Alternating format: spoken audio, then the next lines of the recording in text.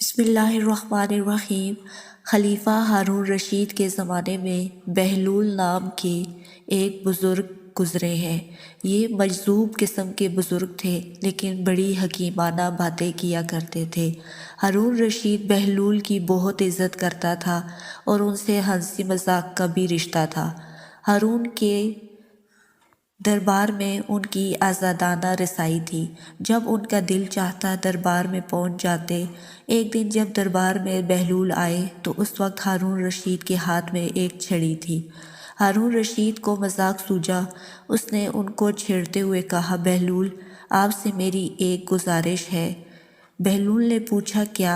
ہارون رشید نے کہا کہ میں آپ کو یہ چھڑی بطور امانت دیتا ہوں۔ آپ کو اپنے سے زیادہ کوئی بیوقوف آدمی ملے تو اس کو یہ چھڑی میری طرف سے دے دینا۔ بہلول نے کہا، بہت اچھا، اور چھڑی اپنے پاس رکھ لی۔ وقت گزرتا رہا اور وہ وقت آ گیا جب ہارون رشید بیمار ہو گئے، لبِ مرگ پہنچ گیا۔ بہلول کو خبر ہوئی تو وہ خلیفہ کی عیادت کو پہنچ کے پوچھا، امیر المومنین، کیا حال ہے؟ ہارون نے جواب دیا، حال کیا پوچھتے ہو، سفر درپیش ہے۔ بہلول نے پوچھا، کہاں کا سفر درپیش ہے؟ ہارون نے جواب دیا، آخرت کا سفر درپیش ہے، دنیا سے اب جا رہا ہوں۔ بہلول نے سوال کیا، کتنے دن میں واپس آئیں گے؟ ہارون نے کہا، بھائی، یہ آخرت کا سفر ہے، اس سے کوئی واپسی نہیں آیا۔ بہلول نے کہا، اچھا، واپس نہیں آئیں گے تو آپ نے سفر کی راحت اور آرام کے انتظامات کے لیے کتنے لاؤ لشکر اور سامان آگے بھیجے ہیں؟ ہارون نے جواب میں کہا، تم پھر بے وقوفی کی باتیں کر رہے ہو۔ آخرت کے سفر میں کوئی ساتھ نہیں جایا کرتا، نہ کوئی لاؤ لشکر اور نہ ہی کوئی ساز و سامان جاتا ہے، وہاں تو انسان تنہا جاتا ہے۔ بہلول نے کہا، اتنا لمبا سفر کہ وہاں سے واپسی بھی نہیں آنا، لیکن آپ نے کوئی لاؤ لشکر یا سامان نہیں بھیجا، حالانکہ اس سے پہلے آپ کے جتنے سفر ہوتے تھے اس میں انتظامات کے لیے آگے لاؤ لشکر اور سفر کا سامان جایا کرتا تھا، اس سفر میں کیوں نہیں بھیجا؟ ہارون نے کہا، نہیں، یہ سفر ایسا ہے کہ اس میں کچھ بھیجا نہیں جا سکتا۔ بہلول نے کہا، امیر المومنین، آپ کی ایک امانت بہت عرصے سے میرے پاس رکھی ہے۔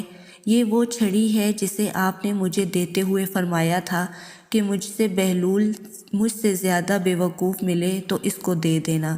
میں نے بہت تلاش کیا لیکن مجھے اپنے سے زیادہ بیوقوف آپ کے علاوہ کوئی نہیں ملا، اس لیے کہ میں یہ دیکھا کرتا تھا کہ آپ کا چھوٹا سا بھی سفر ہوتا تو مہینوں پہلے سے اس کی تیاری ہوا کرتی تھی۔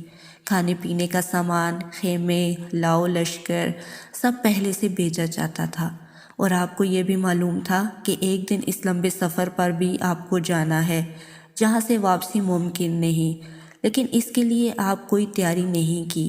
کیا دنیا میں آپ سے زیادہ کوئی بیوقوف ہوگا؟ لہٰذا اپنے سے زیادہ بیوقوف میں نے آپ کو پایا۔ اب آپ کی یہ امانت آپ کو مبارک ہو۔ یہ سن کر ہارون رشید رو پڑا اور کہا، بہلول، تم نے سچی بات کی ہے، ساری عمر ہم تم کو بیوقوف سمجھتے رہے، لیکن حقیقت یہ ہے کہ حکمت کی بات تم ہی نے کہی، واقعی ہم ہی بیوقوف ہیں، ہم نے اپنی عمر ضائع کر دی اور آخرت کے سفر کی تیاری نہیں کی۔ آج کا کوئی شخص عباسی خلیفہ ہارون رشید کی امارت و ثروت کو نہیں پہنچ سکتا۔ اس کی سلطنت 3 براعظموں تک پھیلی ہوئی تھی۔ آج کے دور کے کئی امریکہ اس کی مٹھی میں تھے۔ مکمل عقلمندی، دانشمندی اور حکمت کے ساتھ اتنی بڑی سلطنت پر بخیر و خوبی حکومت کرنے والا اس دنیا سے جاتے ہوئے اس بات کی تصدیق کرتا ہے کہ وہ عقلمند نہیں بلکہ بیوقوف تھا کہ دنیاوی سفر کے لیے تو لاؤ لشکر اور ساز و سامان کا انتظام کرتا رہا، لیکن اپنی آخرت کی سفر کے لیے اس نے ایسا کچھ بھی نہیں کیا۔ لہٰذا عقلمند اور دانا وہی ہے جو اپنے سفر آخرت کے لیے نیک اعمال کا ذخیرہ جمع کرے۔ لیکن افسوس ہے کہ آج ہم مسلمانوں کی سوچ بدل گئی ہے۔ ہم اپنے نبی کریم صلی اللہ علیہ وآلہ وسلم سے محبت کرنے کا دعویٰ تو کرتے ہیں، لیکن آپ صلی اللہ علیہ وآلہ وسلم کی بات کی مخالفت کرتے ہوئے ہر اس شخص کو عقل مند سمجھتے ہیں جو بس مال کمانا اور مال بنانا جانتا ہو، چاہے اس دنیا کے لیے وہ رشوت خوری، بدعنوانی، کرپشن ہی کیوں نہ کرے۔ جبکہ رسول اللہ صلی اللہ علیہ وآلہ وسلم نے فرمایا ہے کہ عقل مند وہ ہے جو اپنے نفس کا محاسبہ کرے اور موت کے بعد کی زندگی کے لیے عمل کرے، اور عاجز وہ ہے جو اپنے نفس کو خواہشوں پر لگا دے پھر اللہ تعالیٰ سے تمنائیں کرے۔ اے ایمان والو، اللہ سے ڈرتے رہو اور ہر شخص کو دیکھنا چاہیے کہ اس نے کل یعنی قیامت کے لیے کیا بھیجا ہے، اور پھر اللہ سے ڈرتے رہو، یقیناً اللہ تمہارے اعمال سے باخبر ہے۔ سورۃ حشر کی آیت ہے، یقیناً اللہ سے ڈرنے والا ہی روزانہ اپنا محاسبہ کرتا ہے اور اپنی آخرت کے لیے نیک اعمال کا ذخیرہ جمع کرتا ہے اور ان کی حفاظت بھی کرتا ہے، اور جو ایسا نہیں کرتا اسے وعید سناتے ہوئے اللہ تعالیٰ فرماتے ہیں، اور ان کی طرح نہ ہو جانا جنہوں نے اللہ کو بھلا دیا اور پھر اللہ نے بھی ان کو ساتھ ایسا ہی کیا کہ وہ اپنے آپ کو ہی بھول گئے کہ وہ اپنی جانوں کے لیے کچھ بھلائی آگے بیچ دیتے، یہی لوگ نافرمان ہیں۔ دوزخی اور جنتی برابر نہیں ہو سکتے، جنتی ہر بامراد ہیں۔